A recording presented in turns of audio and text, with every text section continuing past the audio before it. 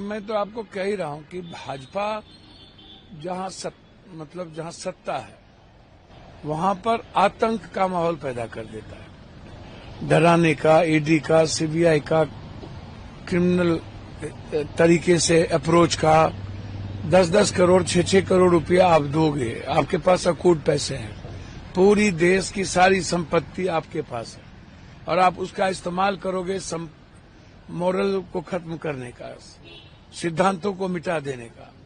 अब जब जनप्रतिनिधि गाय, घोड़ा, ककड़ी, सब्जी, जानवर की तरह बिकने लगेंगे तो आप कितनी पहरेदारी करोगे? पूरी की पूरी बीजेपी के पास अकूट पैसे हैं, ये कुछ भी करते हैं। ईडी सीबीआई इनके पास है।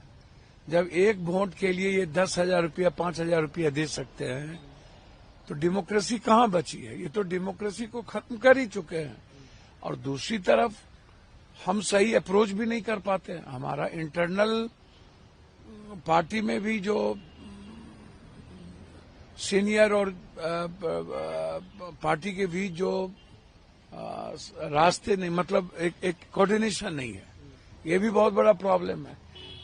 गठबंधन के बीच कोऑर्डिनेशन नहीं है।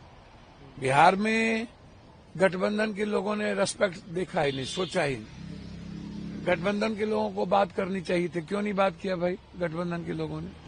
और शीर्षस्थ नेता से भी बातचीत नहीं किया।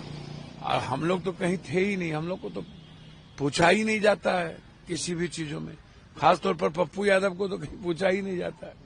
तो फिर राजद नेता तेजस्वी यादव जो कहते हैं कि बिहार राज्यसभा चुनाव में भाजपा ने लोकतांत्रिक प्रक्रिया को कमजोर किया, जिसकी वजह से उन्होंने विधायकों की खरीद फरोख्त की और दबाव के कारण परिणाम बदल दिए। इससे आप कितना सहमत हैं? देखिए, एक बात आप हमको बताइए, बात बिल्कुल सही है, लेकिन विपक्ष के नेता को इसकी जानकारी तो पहले भी थी।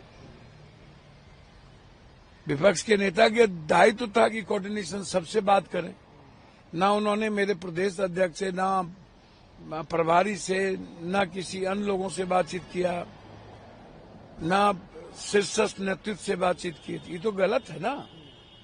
विपक्ष के नेताओं की जिम्मेदारी बनती है कि सबके साथ बैठक करें, बुलाएं, और जैसे को तैसा, ये जिम्मेदारी विपक्ष की। विपक्ष के नेता अपने, ये बात बिल्कुल है कि लोकतांत्रिक मूल्यों को कमजोर किया है, प्रेशर में चुनाव जीते गए, लेकिन जो विपक्ष की नेताओं की भूमिका होती है उस जिम्मेदारी को उनको निभाने की जरूरत है।